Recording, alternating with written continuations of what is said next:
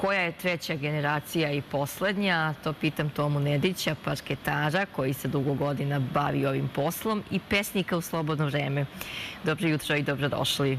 Dobro jutro vama i svim gledalcima i hvala TV Happy-u koji objavljuje sve moje knjige, pa evo došao je na red da objavim i moj parketarski zanat.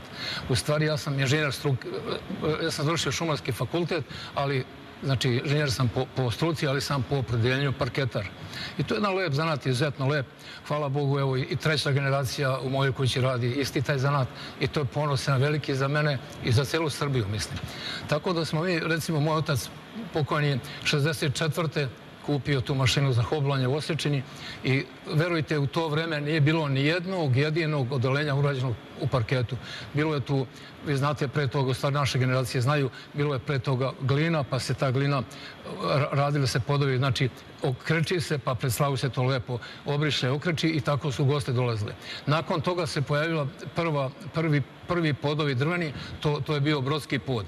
Faktički, moj otac je najviše radio tih brodskih podova, ja sam radio najviše parketa, a sad moj sin, hvala Bogu, Vlada, on je treća generacija i on radi, gotovo isključivo radi tarkete. To su parketi gotovi, lakirani, sređeni, samo se postavlja, znači nema ni hoblanja ni lakiranja, samo se postavlja kao gotovi podovi, lakirani, gotovi i to brzo ide i mnogo je to u vremenskom periodu, mnogo je ubrzan taj posao naš. Je li to kvalitetniji pod ili nije? Pa znate kako, može se reći da je dovoljno kvalitetan, isto kvalitetan kao parket. Jer to je faktički drvo koje je obično tvrdo drvo u gornjem sloju. To je obično troslojni parket, da kažem tarket, u gornjem sloju je to bukva ili hrast ili neko drugo tvrdo drvo, a dole su topola i neko mekše drvo, tako da je to faktički drvo koje je šperovano, a na vrhu je njega tvrdo drvo, znači koje može da izdrži ta hodanja i te udare i znači može se i 3-4 puta ih oblati, polirati, lakirati kad to dođe vreme posle 20 godina. Kažete da ga je dosta lako postaviti, on je zgodan za postavljanje, a koliko je danas u praksi zastupljen, koliko ga ljudi hoće i pa vidite, ja kad idem po Nemačkoj ili gore po Beču, ja sam video da su već parketi izašli iz mode i iz upotrebe. Znači, već sam video tad pre 10-15 godina da tarket, odnosno i laminat, ali pre svega tarket, preuzimaju primat. I znači, vrlo je to bitno i za ljude koji proizvode stanove, odnosno grade stanove i za ljude koji postavljaju. Znači, tu se dobilo mnogo na vremenu. To je poput ovih naših mobilnih telefona. Mnogo su nas ubrzali i mnogo nas teraju da brže radimo, živimo, mislimo i hodamo. Kada dođete u jednu kuću, odnosno u stambenu jedinicu i kaže neko hoću da radim podove, jel vi preporučite i sami da rade tarket ili ne? A vidite, kad neko žuri, a kad su podovi betoni i suvi, onda idemo na tarket, obavezno preporučujemo. Ima dva načina postavljanja. Prvi možda se postavi da bude kao plivajući pod na foliju, a drugi način možda da se lepi. Međutim, ja preporučujem jedan i drugi, zavisi šta gazda želi i pre svega oni se pitaju za svoje. Ja kažem da je dobro jedno i drugo. Prvo je dobro što je stabilnije da se zalepi taj tarket, a drugo je dobro ako se taj tarket treba jednog dana da promeni zbog interijera u dnevnim boravicama ili kućama, da može taj tarket, odnosno da se skine i da se odnese negdje u vikendicu ili u selo ili neku drugu prostoriju u kući. Dobro, a kada je reč o podu, odnosno parketu, tu je dosta teže, je li tako? To je zahtevnije dosta i napornije za rad. Da, vas vjerojatno interesuje šta se promenilo u toku tih 60 godina, evo je jubilarna godina, od kako moja porodica radi taj posao. Jeste li prvi u Srbiji koji su krenuli? Da li ste prvi u Srbiji koji su krenuli da se bave? Pa ispada da moj otac prvi zaista u Sečeni Peckoj radio mnogo, bio zaista prvi tamo, ljudi su to uvideli i pokazali mu, pomogli mu da on recimo kada je kupio tu mašinu, ona je koštala skoro, prva mašina za hoblanje Vrbovec, ona je koštala skoro kao jedan Fića, a Fića imao tad cenu dobru. I sad kad je komšija Marko preko puta nas u Osečini da smo živjeli, parkirao Fiću i tatina mašina, Fića imaš šta da vidiš na mašinu, imaš šta da vidiš. Međutim, kažu ljudi, mašina uvijek zarađuje, a auto uvijek troši. Tako da su ljudi dali primat mašinama. I sad su te tehnologije otišle kako se menjala naša generacija, kako se menjala kvalitet podova i potrebe, tako su i kvalitet mašina, kvalitet usluge i naravno i kvalitet drveta je otišla, obrada otišla je visoko i pogotovo betoni su, sad su betoni mašinski, znate, oni su 100% ravni, dobri, kvalitetni, tako da je tu olakšan i ubrzan posao majstorima. I šta se promenilo za 60 godina. Znate što se promenilo? Promenilo se mnogo što... Sve se promenilo, je li tako? Mi smo Srbi ostali kao što smo bili u svakom pogledu, ali se u tim tehnologijama zaista promenilo, znači više nema brodskog poda ili ima vrlo malo parketa, parket polako izlazi iz upotrebe, a tarket je tako preuzeo primat naglo, brzo i kvalitetom i zaista je on zdrav, može da se kaže, i brzo se postavlja i mislim da je majstorima olakšano i sa drugog razloga. Pre smo nosili te teške mašine, nosili smo kante za bitumen, kuvali smo bitumen, razlapali i vrelim smo zalivali taj parket. Međutim, sad toga nema. Sad se radi parket na vodenoj bazi mahom i radi se tarketi koji su gotovi postavljeni. Samo se postavi tarket, lajsne i već smo čak da se seljava naredni dan. Da li je skup tarket? Pa po ceni je vrlo malo skuplji, ali po kvalitetu nije ništa loši. Ima tu raznih debljina koje odlučuju cenu. Međutim, tu je negde uklapa se sa prvom ili drugom klasom hrastovog parketa i taj tarket. Dobro. A kažite mi šta se u Srbiji najviše koristi od podova? Pa, nažalost, najviše se koristi sad laminati. Ali laminati su otprilike kao devojka loša iz sela, ko treba da se uda i svi je hvale. Čim je udaju, više ne misle o njoj, ali to nije dobro. Znači, treba da bude taj laminat kvalitetniji, bolji, međutim, on je sam po strukturi svojoj, to je faktički iverica spojena, to je formaldehidnim lepilima zalepljeno i znači ono uvijek šteti i psihi čoveka i drugim elementima i zdravlju čoveka. I to je neko kratkotrajno rješenje, je li tako? Pa da, to je privremeno rješenje koje se posle par godina ne isplati. Ljudi uzmu što je 3 plus 4 jeftinije, a posle 3-4 godine skidaju i opet mora da plate. Mora ono što je, kaže Bog rekao, ono što je prirodno, pre svega drvo. Da, i onda se dođe negdje na isto. A kažite mi što se tiče novih zgrada, šta je tu aktualno? Šta se tu uglavnom... Sad, apsolutno, tarket preuzima iz tog razloga da se što pre... Već kad dođe do parketa ili tarketa, do rada podova, to je zadnja stavka, zadnji rad na zgradama, tu se vreme pojelo iz raznoraznih razloga. Ljudi su pojeli vreme, potrošili živce i pare i sad odjednom se dolazi u situaciju da se uradi tarket. Svi žure, svi su nervozni, mnogi su podstanari, a platili su te stanove. Znači, gledaju ljudi da se što pre usele. Iz tog razloga upravo tarket je preuzeo primat i majstori nas se specijalizovali. I drugo, ne nosi se 2, 3, 5 mašina, nego se nosi jedna mašina koja sve obavlja, sve funkcije. I koliko nam treba novca da bismo prenijeli jednu stambenu jedinicu sa tarketom? Evo, otprilike možda da računate, to je neki 50-60 evra po kvadratu. Znači, zavisno, ima tu neki drugi činilaca, međutim, to je neki 50 do 60 evra po kvadratu materijal i rad. Plus majstor koji to sve radi? Pa ne, tu je otprilike sa uračunato i deo, tu nisu skupi radovi majstorski, tu je tarket skup. Da li majstor koji radi i ove druge podove može da radi tarket ili mora biti posebno? Pa može se reći da je daleko jednostavnije radi tarket nego parket. Tu je iz mnogo razloga. Što znači ako zna ova prethodna 2 ili 3, onda će znati i tarket? Da, ispada da je mnogo lakše i ovo ljudi što rade isto laminate, isto to mogu da urade sami. Većina rade ljudi sami koji to plate skupo ili nemaju majstora ili dešava se da ljudi imaju mnogo novca, a nemaju majstora. Upravo vidite da je oseka majstora u Srbiji, nažalost, velika i da je, nažalost, mala konkurencija. Ja kažem, od bolje konkurencije čovjek uči i poeziju, i parket, i zanatske radove. Evo, ja sam toliko dugo u parketu i, recimo, nedavno je bilo u Obrenovcu polemika između mojih prijatelja. Pitaju ko je bolji majstor, moj sin Vlada ili ja. Ja kažem, ja sam tek 3. generacija. Ja sam 2., Vlada je 3. Znači, moramo da bude bolji u svakom pogledu. Nove tehnologije su zaista tu i sa mašinama i postavljanje i lakovi i tako dalje. Tako da je ja sam zaista ponosan na svog sina da je on tako napredao i da je jedan među najboljim parketarima u Srbiji, da kažem, eto. Je li ima posla? Posla ima previše. Majstora nema, ljudi nema, čak fizikalaca nema, što je najgore.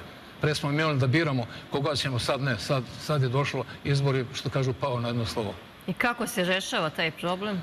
Pa rešava se nekim dužim periodom, pošto je manja ekipa, to je normalno da mora da bude duži period. Recimo, te su zgrade od 700 do 2-3 hiljade kvadrata i to ne može više da se uradi kao pre za 2-3 nedelje, to se radi 3-4 meseca. Takav je tempo. Više nema onog tempa. Izgubili smo tempo u svemu. Izgubili smo te ljude, mlade mozgove, izgubili smo dobre, nažalost, majstore.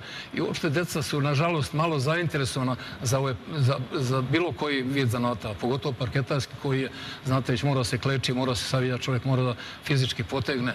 To je faktički sve upornost. Upornost u poslu i to donosi sigurno i kvalitet kao i u poeziji, kao u svemu.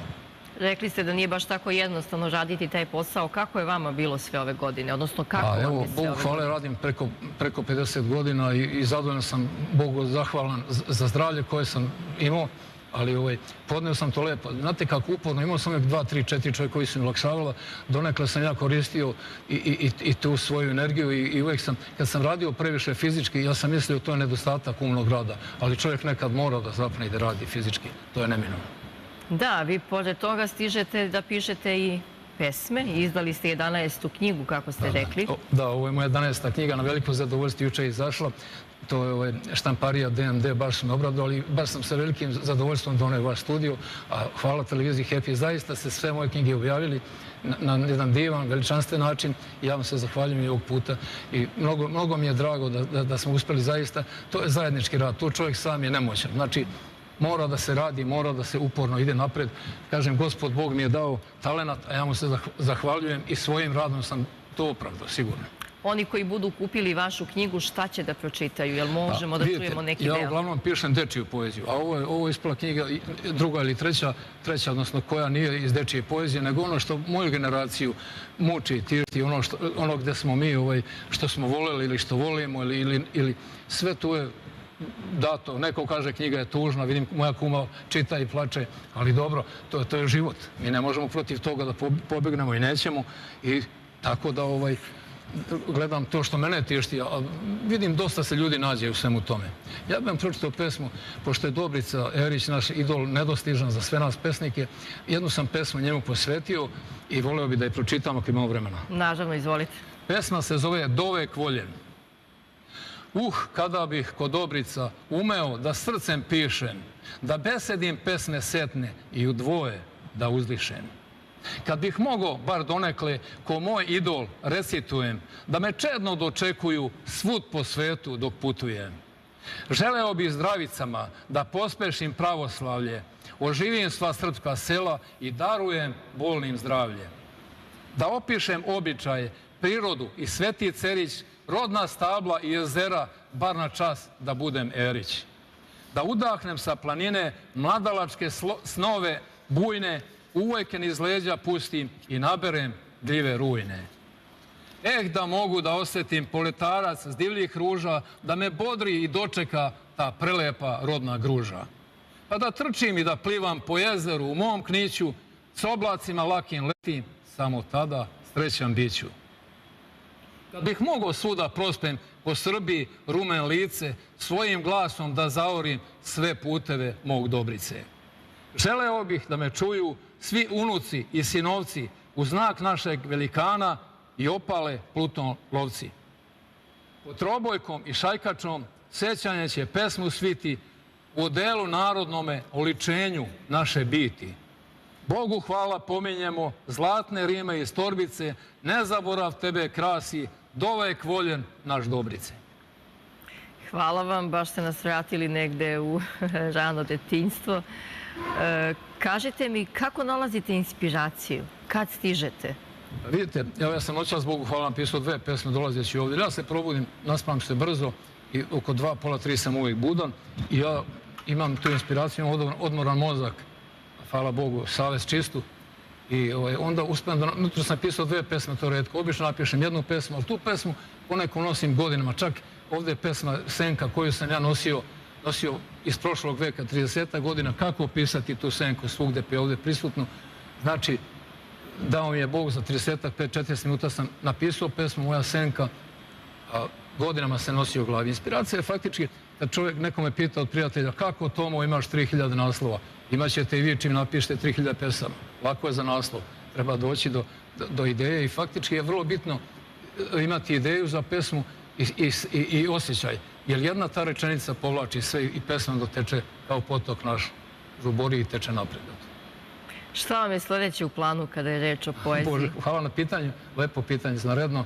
U planu je sljedeća, idemo već na dečiju poeziju. Ja imam oko 1000 pesama dečije poezije. Otprilike sam 1/2 objavio i sa velikim zadovoljstvom. Mene ljudi gledaju kao pesnika koji piše za decu, ali ja doživljavam to zaista, sve što osjećam vidim oko sebe, kao što slikar koji slika ili crta neki ulje na platnu, tako ja zoomiram dečicu koja su u porti crkve, decu koja su lepa, razdragana, njihove nestašluke, naše malčiće oko njega, vrapce i druge životinje. Ja to doživljam velikim jednim duhom i uspijem uvijek da napišem pesmu kako želim. U stvari nikad ne znamo kakva će pesma ispasti na kraju. Koliko se čitaju vaše knjige? Ja imam utisak da se čitaju sve više, ne samo moje knjige, da dečica malo čitaju, a meni najveće zadovoljstvo, zaista to uvijek pominjem, kad neko dete koje ne zna da čita nauči neku moju pesmu na pamet. Pa to je toliko zadovoljstvo, možda zamislite samo, a evo knjigu svaku, pa evo ja sam doživio kao rođenje unuka, ako verujete. Dobro, kažite mi što se tiče poezije, to ste mi rekli koji su vam planovi, šta je sljedeće što biste trebali da radite, o čemu razmišljate negdje ovih dana? Ja uvijek uporedo pišem i poeziju za djeci. U stvari, šta se desi? Kad napišem neku ozbiljniju pesmu, bilo ljubavnu, bilo socijalnu, ja osjetim potrebu da se olakšam, da se rasteretim. I obično tog dana ili ubrzo, posle par sati, napišem pesmu neku o dečici, o mačkama, o vrapcima, o svetu oko sebe, koji je vedar i koji bi mi svi trebali da doživljamo. Tog leptira koji bezbrižno leti, a ne mrava koji vuče teret prosto ko teži od sebi. Jel dobijate nekada inspiraciju i dok postavljate pod? Divno pitanje, još lepše. Pazite, ima jedna pesma koja kaže, nije u ovoj zbirci, ali ima, u stvari, faktički, ja nisam svestan da li je moj zanat pospešivao moje pesme ili su pak pesme pospešile zanat. Jedno s drugim ima jako, jako velike veze. Kad sam pitao jednog mog prijatelja, koji je inače trener, da li je imali veze sport sa poezijom, kako to ne odgovori on. Znači, sve ima veze u ovom životu koji se krećemo i šta doživljamo i šta gledamo. Ja faktički ovaj svijet gledam zaista boljim očima, pogotovo decu. Dobro, ništa, nastavite onda i dalje tako lepo da pišete. Želim, i na sajmu sad nedavno završenom, bilo je na jednom divnom panovu, pisalo je knjiga je najlepši poklon. Ja se slažem s tim, međutim, pored knjige ima još i lepši poklon, to je jabuka. Jedno pripada nekima knjiga, nekome jabuka, a vama, draga Milena, jedno i drugo. I vrlo je bitno geografsko poreklo. Hvala što ste iz mog kraja. Hvala vam puno. Sa zadovoljstvom ću pojesti i sa zadovoljstvom pročitati. Hvala vam najljepše. Hvala vam što ste bili ovo jutro gost naše televizije. Hvala vam.